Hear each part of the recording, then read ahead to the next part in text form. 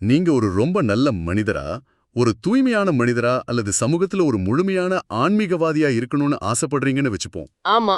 பொதுவா எல்லாருக்கும் அந்த ஆசை இருக்கும். கரெக்ட். ஆனா உங்களுடைய அந்த ஆசைதான் நீங்க உண்மையான விடுதலையோ அல்லது முழுமையான அறிவையோ அடையறதுக்கு ஒரு மிகப்பெரிய தடையா இருக்குன்னு நான் சொன்னா நீங்க நம்புவீங்களா? இது கேட்கவே ரொம்ப முரணா இருக்குதே. ஆமா, முரணாதான் இருக்கும். ஏன்னா உலகத்தை நாம புரிஞ்சுக்க முயற்சி பண்ணும்போது எது சரி, எது தவறு, எது நன்மை, எது தீமைன்னு ஒரு ரொம்ப தெளிவான கருப்பு வெள்ளை விதிகளை தான் நம்ம எதிர்பார்க்கிறோம். கண்டிப்பா. நம்ம மூளை அப்படிதான் பழகி இருக்கு. ஆனா மனித மனதோட ஆழங்களை, அதோட சிக்கலான தத்துவங்களை ஆராய தொடங்கும் போது பாத்தீங்கன்னா நாம ரொம்ப உறுதியா பிடிச்சிட்டு இருக்கிற இந்த விதிகள் எல்லாம் உடைஞ்சு சுக்குநூறு ஆயிடுது. அந்த முரண்பாடு தான் இன்னைக்கு நாம செய்ய போற ஆழமான பகுப்பாய்வோட மையப்புள்ளியா இருக்க போகுது. சரியா சொன்னீங்க. ஒரு மனிதன் தன்னை முழுமையா உணர்றதுக்கு என்ன செய்யணும்னு பல ஆயிரக்கணக்கான பக்கங்கள்ல எழுதப்பட்ட தத்துவங்கள்லாம் இருக்கு. ஆனா இன்னைக்கு நாம எடுத்துக்கிட்ட மூலப்பொருள் வெறும் 12 வரிகள் தான். அதாவது அருட்பெருஞ்சோதி அகவலில் ஒளிர்ந்த ரகசிய தத்துவ படிக்கட்டுகள் 416 முதல் 419 வரையிலான வரிகளை தான் நாம இன்னைக்கு டீகோட் செய்ய போறோம். இது ஏதோ ஒரு மத பிரசங்கமோ அல்லது வெற்று நம்பிக்கையோ கிடையாது. மனித மனதோட மாயைகளை எப்படி அடுக்கடுக்க உறுத்தி எடுப்பது அப்படிங்கிறதுக்கான ஒரு மிகச்சிறந்த உளவியல் வரைபடம்னு சொல்லலாம். ஆமா, இது ஒரு அருமையான தத்துவ வரைபடம். கற்கும் ஆர்வலரான உங்களுக்கு தெரியும், சில நேரங்கள்ல ரொம்ப குறுகிய வரிகளுக்குள்ள மிகப்பெரிய உண்மைகள் புதைஞ்சிருக்கும்னு. சரி, இதை நாம கொஞ்சம் விரிவாக பார்ப்போம். கண்டிப்பா. இந்த உரையோட ஆரம்ப கட்டமே பாத்தீங்கன்னா, நாம் அன்றாடம் பார்க்கிற உலகத்தோட யதார்த்தத்தை அப்படியே கேள்விக்குள்ளாகுது. நாம உலகத்தை எப்படி பார்க்கறோம்? நம்ம கண்கள் எதை காட்டுதோ அதுதான் உண்மைன்னு நம்புறோம் இல்லையா? ஆனா அது அப்படி இல்ல. இதுல ரொம்ப ஆச்சரியமூட்டும் விஷயம் என்னன்னா, நம்ம பார்வை எல்லாமே பல திரைமறைப்புகளால மூடி மறைக்கப்பட்டிருக்குன்னு இந்த மூலப்பொருள் சொல்லுது. ஓ, திரைமறைப்புகள்னா அதாவது நம்ம அறிவு மறைக்கிற திரைகள். ஆமா, அருட்பெருஞ்சோதி அப்படிங்கிற அந்த பேரொளி முதல்ல நம்ம அறிவை மறைச்சிருக்க அந்த திரைகளை விலக்குது. அது விலக்கிட்டு தோற்றமா மாயை எனப்படும் இந்த வெளிப்படையான தோற்றங்களோட பொய்யான தன்மையை நமக்கு உணர்த்துது. கொஞ்சம் இருங்க, இந்த திரைமறைப்பு அப்படிங்கறத நம்ம நடைமுறை வாழ்க்கையில எப்படி புரிஞ்சுக்கிறது? இதை ரொம்ப எளிமையான மனித உளவியலோட தொடர்பு படுத்தி பார்க்கலாம். இப்ப நீங்க ஒருத்தரை சந்திக்கிறீங்கன்னு வச்சுப்போம். அவரை நீங்க வெறும் ஒரு மனிதரா மட்டுமா பாக்குறீங்க? அதாவது அவங்க போட்டிருக்கிற ட்ரெஸ்ஸு, அவங்க வேலை, இதையெல்லாம் வச்சு பாப்போம்னு சொல்றீங்களா? கரெக்ட். அவரோட சமூக அந்தஸ்து, பேங்க் பேலன்ஸ்னு பல லேபிள்ஸ் அவர் மேல ஒட்டி தான் நம்ம பாக்குறோம். பாத்தீங்கன்னா இவை எல்லாமே திரைகள் தான். ஓ, அப்போ ஒரு கட்டத்துல இந்த லேபிள்ஸ் தான் நிஜம்னு நம்ம மூளை நம்ப தொடங்கிடுது. ஆமா, அந்த லேபிள்ஸோட தொகுப்பை தான் நாம தோற்றமா மாயை அப்படின்னு சொல்றோம். அதாவது உங்க கண்களுக்கு தெரியறது வெறும் வெளிப்படையான தோற்றம் மட்டுமே. அது அந்த மனிதனோடவோ அல்லது இந்த பிரபஞ்சத்தோடவோ உண்மையான இயல்பு கிடையாது. இந்த கேக்கும்போது ஒரு பனிமூட்டமான கண்ணாடிய போட்டுட்டு உலகத்தை பாக்குற மாதிரி இருக்கு. அருட்பெருஞ்சோதி அந்த பனியை துடைத்து உண்மையான உலகை காட்டுதுன்னு சொல்லாமா? மிகச்சரியான ஒப்பீடு. அந்த விழிப்புணர்வு நமக்குள் செயல்பட தொடங்கும்போது அது இந்த லேபிள்ஸை எல்லாம் அழிச்சிட்டு அரசரை காட்டும் நிலைக்கு நம்மை கொண்டு செல்லுது. அரசரை காட்டும் நிலைனா எல்லாவற்றுக்கும் பின்னால் இயங்குற உண்மையான இறையாண்மையை நமக்கு தெளிவா காட்டுறது. கரெக்டா? ஆமா, அந்த ஒற்றை உண்மையை வெளிப்படுத்துறது தான் முதல் படி. ஆனா இங்க எனக்கு ஒரு கேள்வி வருது. இந்த மாயை அப்படிங்கிறது வெறும் தோற்றம்னா, அந்த திரை நிஜத்துல எதை மறைக்குது? உண்மையான தோற்றத்தை நாம ஏன் இயல்பாவே பார்க்க முடியறதில்ல? அது பரிணாம வளர்ச்சியோட அடிப்படை. நம்ம மூளை இந்த திரைகளை உருவாக்குறதுக்கே காரணம் நமது தற்காப்பு தான். தற்காப்புக்காகவா? அதாவது சர்வைவல். ஆமா, ஒரு காட்டுல வாழ்ற மனிதனுக்கு எதிரே வர்றது ஆபத்தான விலங்கா அல்லது சாதாரண செடியான்னு உடனடியா பிரிச்சு பார்க்க மூளைக்கு ஒரு வகைப்படுத்தும் திறன் தேவைப்பட்டுச்சு. ஓ, அந்த வகைப்படுத்தும் திறன் தான் பிற்காலத்துல அந்தஸ்தா லேபிள்ஸா மாறிடுச்சுன்னு சொல்றீங்க. கரெக்ட். மூளைக்கு தெரிஞ்சதெல்லாம் ஆபத்திலிருந்து தப்பிக்கிறது, இன்பத்தை தேடுறது மட்டும்தான். அதுக்காக அது ஒரு மிகப்பெரிய மாய வலைய பின்னுது. ஆக மூளை நம்ம பாதுகாக்கிறதுக்காக உருவாக்குன அந்த லேபிள்ஸ ஒரு கட்டத்துல நாமே விலக்க வேண்டியிருக்கு. ஆமா, அந்த வலைக்குள்ள சிக்கியிருக்கிற வரைக்கும் உண்மையான இருப்பை நம்மால உணர முடியாது. சரி, இது தத்துவ பயணத்தோட முதல் கட்டம். வெளிப்புற உலகத்தோட லேபிள்ஸ் எல்லாம் போலியானதுன்னு நாம உணர்ந்துட்டோன்னு வச்சுப்போம். அதாவது கெட்ட விஷயங்கள், வெளிப்படையான பகட்டுகள் எல்லாம் மாயைன்னு புரிஞ்சுக்கிட்டு அதிலிருந்து விலகிடுறோம். ஆமா, ஒருவன் இந்த நிலையை அடைஞ்சிட்டா அவன் முழுமையை அடைஞ்சிட்டான் தான் அர்த்தம். அங்கதான் தப்பு பண்றோம். இங்கதான் இது ரொம்ப சுவாரஸ்யமா மாறுது. ஏன்னா வெளிப்புற திரைகளை விலக்கின உடனே நாம நம்ம பிணைச்சிருக்க இன்னும் ஆழமான தொடர்புகளை அறுக்கணும்னு மூலப்பொருள் சொல்லுது. ஆமா, அதத்தான் சுத்தமா மாயை அப்படின்னு குறிப்பிடுறாங்க. இத ஒரு பரந்த கண்ணோட்டத்தோட இணைச்சு பார்த்தோம்னா இதுல ரொம்ப ஆழமான ஒரு கருத்து இருக்கு. சுத்தமா மாயன்னா தூய்மையான மாய, அப்படிதானே? கரெக்ட். பல ஆன்மீக தேடலாளர்கள் கூட இந்த இடத்துல சறுக்கிடுவாங்க. நாம உலக ஆசைகளை விட்டுட்டோம், கெட்ட பழக்கங்களை விட்டுட்டோம், இப்ப நாம ரொம்ப தூய்மையானவங்கன்னு நினைக்க தொடங்குறோம் இல்லையா? ஆமா, அது ஒரு பெருமையா மாறும். அதுவும் ஒரு மாயை தான். நீங்க ஒரு இரும்பு சங்கிலியிலிருந்து விடுபட்டு இப்போ ஒரு தங்கச் சங்கிலியால உங்களை கட்டிக்கிறீங்க. அட, இது சூப்பர் ஒப்பீடு. தங்கம் என்பதால் நமக்கு பெருமையா இருக்கலாம், ஆனா அதுவும் ஒரு சங்கிலி தான். கண்டிப்பா.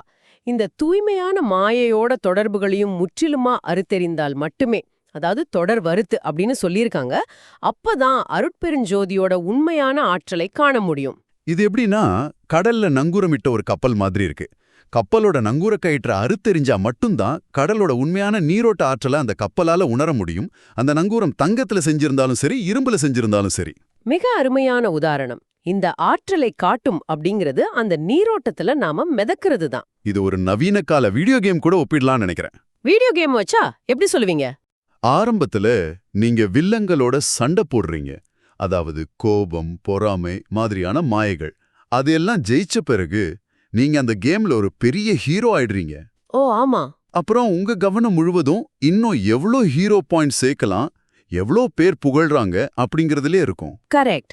அங்க ஒரு ஆன்மீக ஆங்காரம் பிறக்குது. ஆமா, ஆனா அந்த கேமை விட்டு வெளியே வரணும், அந்த கன்சோலை ஆஃப் பண்ணணும் அப்படிங்கிறது தான் உண்மையான இலக்கு.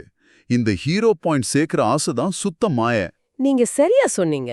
நீங்க அந்த கேமை விட்டு வெளியே வரணும்னா அந்த ஹீரோ அப்படிங்கிற அடையாளத்தையும் நீங்க அறுக்கணுமே. அதுதான் தொடர்பு அறுத்தல். ஆனா இங்க நான் ஒரு கேள்வி கேட்கணும். நாம சுத்தம், நன்மை அப்படிங்கிற விஷயங்கள் மீதான பிணைப்பையும் அறுக்கணும்னா அது நம்மளை எந்த உணர்ச்சியும் இல்லாத ஒரு சுயநலவாதியா மாத்திடாதா? இது ரொம்ப நியாயமான ஒரு கேள்வி.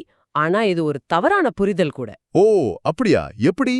தொடர்பறுத்தல் அப்படிங்கிறதுக்கும் உணர்ச்சியற்று இருக்கிறதுக்கும் நிறைய வித்தியாசம் இருக்கு. எனக்கு எதுவுமே வேண்டான்னு விலகி ஓடுறது மீண்டும் அகங்காரத்தோட ஒரு வெளிப்பாடுதான்.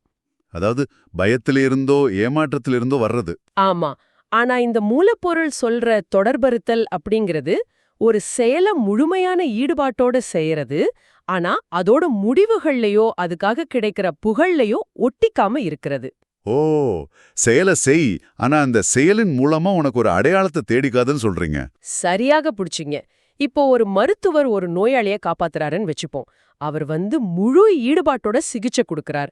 ஆனா நான் தான் காப்பாத்துனேன்னு நினைச்சா அது சுத்த மாய. ஓ, அப்போ இயற்கையோட ஆற்றல் என் வழியா பாஞ்சிச்சு, நான் வெறும் ஒரு கருவி அப்படின்னு அவர் உணர்ந்தா அதுதான் தொடர்பறுத்தல். கரெக்ட். இங்க அவர் உணர்ச்சியற்றவரா மாறல, எந்த பிரதிபலனும் எதிர்பாராத தூய்மையான கருவியா மாறுறார். அங்கதான் உண்மையான ஆற்றல் செயல்படுது. இது நிஜமாவே ஒரு பெரிய திறப்பா இருக்கு. ஆடிய நாம முதல் கட்டத்துல வெளிப்புற திரைகளாகிய உலகியல் மாயைகளை விளக்கிட்டோம். 2வது கட்டத்துல அகத்தில் உருவாகும் அந்த சுத்த மாயைங்கிற நங்கூரத்தையும் அறுத்துட்டோம். ஆமா. ஆகவே இதுக்கெல்லாம் என்ன அர்த்தம்? நாம இப்ப முழுமையா தூய்மையாகிட்டோமா? இறுதி நிலையை அடைஞ்சிட்டோமா? இல்ல. இங்கதான் ஒரு பெரிய ட்விஸ்ட் இருக்கு. இது ஒரு முக்கியமான கேள்வியை எழுப்புது. மூலப்பொருள் நம்மள அதோட உச்சக்கட்ட படிக்கு கூட்டிட்டு போகுது. அதாவது ஒரு வீடியோ கேம்ல வர்ற ஃபைனல் பாஸ் மாதிரி. அதேதான். அந்த இறுதி தடை என்னன்னா ஆணவம். எனைத்தான் அவன் முதல் எல்லாம் தவிர்த்தே அணுக்கிரக கம்புரி அருட்பெருஞ்சோதி அப்படின்னு கடைசி வரிகள் முடிகிறது. இது ரொம்ப ஆழமான இடமா இருக்கே. ஆமா. இதுவரைக்கும் நாம வெளியே இருக்கிறத விளக்குறது, சுத்தி இருக்கிற தொடர்புகளை அறுக்கிறத பத்தி பேசணும். ஆனா இது முற்றிலும் உங்களையே நீங்க அழிச்சுக்கிறத பத்தினது. இங்கு எண்ணயத்து ஆணவம் அப்படிங்கிற வார்த்தையை சொல்றாங்க. ஆணவம்னா பொதுவா நாம நினைக்கிற திமிர் அல்லது அகம்பாவம் தானே? தத்துவ ரீதியா பாத்தீங்கன்னா அது இல்ல. நான் அப்படிங்கிற ஒட்டுமொத்த கட்டமைப்புமே ஆணவம் தான். ஓ, அதாவது நான் இதை செஞ்சேன், நான் இந்த மாயைகளை விளக்கினேன், நான் தொடர்புகளை அறுத்தேன் அப்படின்னு உள்ள ஒரு குரல் ஒலிக்குது இல்லையா? அதை சொல்றீங்க. கரெக்ட். அந்த நான் அப்படிங்கிற ஆணிவேரத்தான் இந்த வரிகள் குறிக்குது. ஆக மாயைகளை விளக்குனது நான், தொடர்புகளை அறுத்தது நான். அந்த மையப்புள்ளி இருக்கிற வரைக்கும் எந்த பயனும் இல்லைன்னு சொல்றீங்க. ஆமா, அந்த நான் முதற்கொண்டு அனைத்தையும் தவிர்க்கும்போது, அதாவது எல்லாம் தவிர்த்தேன்னு சொல்லியிருக்காங்க, அப்போ அங்க ஒரு மிகப்பெரிய வெற்றிடம் உருவாகுது. அந்த வெற்றிடத்துல தான் அனுக்கிரகம், அதாவது இறைவனோட அருள் செயல்படத் தொடங்குதா? கண்டிப்பா. உங்க ஆணவம் ஒரு கோப்பைய அடைச்சிட்டு இருக்கிற மூடி மாதிரி.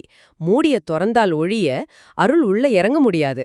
நாம கோப்பைய எவ்வளவுதான் சுத்தம் செஞ்சாலும் மூடி இருந்தா பயனில்ல. இத நான் ஒரு கண்ணாடியை சுத்தப்படுத்துற உதாரணத்தோட பொருத்தி பார்க்கறேன். சொல்லுங்க, எப்படின்னு கேட்போம். முதல்ல கண்ணாடியில படிஞ்சிருந்த அழுக்க தொடச்சோம். அது வெளிப்புற மாய. பிறகு கண்ணாடிக்கு அழகு சேர்க்கிற சட்டங்களை கழட்டினோம். அது சுத்தமாய. கரெக்ட். இப்போ கண்ணாடி தூய்மையா இருக்கு. ஆனா அந்த கண்ணாடியில பேரொளி முழுமையா தெரியணும்னா முன்னாடி நிக்கிற நான் அப்படிங்கிற பிம்பம் விலகணும். நான் அங்க நின்னுகிட்டு இருந்தா ஏன் பிம்பம் தான் தெரியும், அந்த ஒளி தெரியாது. அடா, மிக அற்புதமான பார்வை இது. அந்த நான் அப்படிங்கிற குறுக்கீடு இல்லாத நிலைதான் அனுக்கிரகம். அந்த நிலையில பாத்தீங்கன்னா உங்களுக்கும் பிரபஞ்சத்துக்கும் இடையிலான எல்லைகளே அழிஞ்சிடும். ஆனா இங்க ஒரு யதார்த்தமான கேள்வியை நான் முன்வைக்க விரும்புகிறேன். இதை கேட்டுட்டு இருக்கிற கற்கும் ஆர்வலரான உங்களுக்கு நிச்சயம் அந்த கேள்வி வரும். என்ன கேள்வி அது? நான் அப்படிங்கிற உணர்வே அழிஞ்சிட்டா ஒரு மனிதனால இந்த நவீன உலகத்துல எப்படி செயல்பட முடியும்? வேலைக்கு போகணும், குடும்பத்தை பார்க்கணும். நான் அப்படிங்கிற அடையாளமே இல்லைன்னா நாம எல்லாமே ஒரு நடைப்பிணம் மாதிரி ஆயிட மாட்டோமா?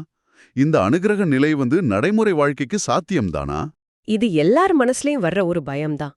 நான் அழிஞ்சிட்டா என் வாழ்க்கை என்ன ஆகுங்கிற பயம். ஆனா உளவியல் ரீதியா இத ஃப்ளோ ஸ்டேட் அப்படிங்கிற கருத்தோட இணைச்சு பாருங்க. ஓ, ஃப்ளோ ஸ்டேட்டா? அதாவது ஒரு காரியத்துல முழுமையா மூழ்கிறது. ஆமா, ஒரு மிகச்சிறந்த இசை அமைப்பாளர் பியானோ வாசிச்சிட்டு இருக்காருன்னு கற்பனை செஞ்சுக்கோங்க. அவர் இசையோட உச்சத்துல இருக்கும்போது, நான் இந்த விரலை இங்க வைக்கிறேன், நான் இந்த இசையை உருவாக்குறேன்னு அவர் சிந்திப்பதே இல்ல. கரெக்ட். அங்க வாசிக்கிற அந்த நான் மறைஞ்சிடுது, இசை மட்டுமே எஞ்சி இருக்கு. அவர் ஒரு நடைப்பிணமா மாறல. மாறாக அவர் அந்த இசையோட தூய்மையான கருவியா மாறுறார். அப்போ உருவாகிற அந்த இசைக்கு ஈடு இணையே இருக்காது. ஆமா, அது ரொம்ப இயல்பா நடக்கும். அதே போலத்தான் வாழ்க்கையும். நான் அப்படிங்கிற அந்த அதிகார மனப்பான்மை அழியும்போது உங்க அன்றாட செயல்கள், உங்க வேலை, உறவுகள் எல்லாமே இந்த ஃப்ளோ ஸ்டேட்ல இயங்கத் தொடங்கும். அதாவது எந்த விதமான மன அழுத்தமும் இல்லாம செயல்படும். கண்டிப்பா. ஏன்னா வெற்றிய பத்தின பெருமையோ தோல்விய பத்தின பயமோ அந்த நானுக்கு தானே தவிர ஒரு கருவியா இயங்குற உங்களுக்கு இல்ல. அதுதான் அனுக்கிரகம் செயல்படுற விதம். அதாவது நாம செயலை செய்யறத நிறுத்துறது இல்ல, ஆனா நாம் தான் அந்த செயலோட மையப்புள்ளி அப்படிங்கிற பிரமைய நிறுத்திடுறோம். ஆமா, அதுதான் உண்மையான விடுதலை. உண்மையிலே இத மனதை சுழல வைக்கிற ஒரு கருத்து. நாம இப்ப இந்த ஆழமான பகுப்பாய்வோட இறுதி பகுதியை நெருங்கிட்டோம். இன்னைக்கு நாம கடந்து வந்த இந்த பயணம் ஒரு மிகப்பெரிய உளவியல் டீகோடிங் தான் சொல்லணும். கண்டிப்பா. அந்த 12 வரிகளுக்குள்ள எவ்ளோ பெரிய விஷயங்கள் இருக்கு பாருங்க. ஆமா, அந்த ரகசிய படிக்கட்டுகளை நாம எப்படி ஏறினோன்னு ஒருமுறை திரும்பி பார்ப்போம். படிக்கட்டு 1 மூளை தற்காப்புக்காக பின்னி வச்சிருக்கிற லேபிள்ஸ் அப்படிங்கிற திரைமறைப்புகளை விளக்குறது. இது உலகத்தோட உண்மையான அரச காட்டுது. கரெக்ட். படிக்கட்டு 2 நாம நல்லவங்க, தூய்மையானவங்கன்னு கட்டமைச்சுக்கிற அந்த சுத்த மாயையோட தொடர்பை அறுப்பது. இது உண்மையான ஆற்றலை வெளிப்படுத்துது. படிக்கட்டு 3 இந்த மாயைகளையெல்லாம் விளக்குனது நான் அப்படிங்கிற அந்த அடிப்படை தடைய வேற இருக்கிறது. மற்றும் இறுதிப்படி நான் முற்றிலும் அழிந்த அந்த வெற்றிடத்துல அருட்பெருஞ்சோதியோட அனுக்கிரகத்தை முழுமையா பெறுவது. இந்த பயணம் நமக்கு உணர்த்துற மிக முக்கியமான பாடம் என்னன்னா, உண்மையான ஞானம் அப்படிங்கிறது வெளியே தேடி பெறதில்ல. ஆமா, நம்ம நிறைய படிக்கணும், நிறைய தெரிஞ்சுக்கணும்னு மூளைக்குள்ள தகவல்களை திணிச்சிட்டே இருக்கோம். ஆனா முழுமை அப்படிங்கிறது புதுசா எதையும் சேர்க்கறதுல இல்ல. உங்களுக்குள் இருக்கிற போலியான கட்டமைப்புகளை, மாயைகளை ஒவ்வொன்னா கழற்றி எறியறதுல தான் இருக்கு. ஒரு சிற்பி கல்ல செதுக்கிற மாதிரி. ஓ, சிற்பி தேவையில்லாத பகுதிகளை வெட்டி எரிய எரிய உள்ள இருக்கிற சிலை தானா வெளிப்படும். அந்த சிலை தான் நம்ம உண்மையான இயல்பு. சரியா சொன்னீங்க. அந்த சிற்பியோட உதாரணம் இன்றைய தேடலுக்கு ஒரு மிக சரியான முற்றுப்புள்ளியா அமையுது. இதை கேட்டுட்டு இருக்கிற உங்களுக்கு நாங்க சொல்லிக்க விரும்புறது என்னன்னா, இது ஏதோ 1000 வருஷத்துக்கு முந்தே ஒரு தத்துவமா மட்டும் நின்னுடக்கூடாது. இத உங்க இன்றைய நாளோட யதார்த்தத்தோட இணைச்சு பாருங்க. ஆமா, நம்ம சொந்த மனமே நமக்கு எதிரா பண மாய வலைகளை பின்னிட்டு இருக்குன்னு புரிஞ்சுக்கணும். ஆகவே விடையளிக்கப்படாத ஒரு இறுதி சிந்தனையை இங்க நாங்க விட்டு சொல்றோம். உங்க அன்றாட வாழ்க்கைய, உங்க அலுவலகத்தை, உங்க உறவுகளை சற்று பின்னோக்கி பாருங்க. அப்படிங்கிற பேரா இல்ல மிகச்சிறந்த குடும்ப உறுப்பினர் அப்படிங்கிற தியாக மனப்பான்மையா? உங்களுக்கு பாதுகாப்பா இருக்குன்னு நீங்க நினைக்கிற ஆனா உண்மையிலே உங்களை விடுதலை அடைய விடாம தடுத்துட்டு இருக்கிற அந்த சுத்த மாயையோட சங்கிலி எது? ஆனா அந்த சங்கிலியை உங்களால அடையாளம் காண முடிஞ்சா நீங்க உண்மையான ஆற்றலை நோக்கி முதல் படிக்கட்டுல அடி எடுத்து வச்சிட்டீங்கன்னு அர்த்தம். அந்த சங்கிலி என்னவாக இருக்கும் அப்படிங்கிற தேடலை உங்களிடமே விட்டுடுறோம். மற்றொரு சுவாரஸ்யமான ஆழமான பகுப்பாய்வுல உங்களை சந்திக்கிறோம்.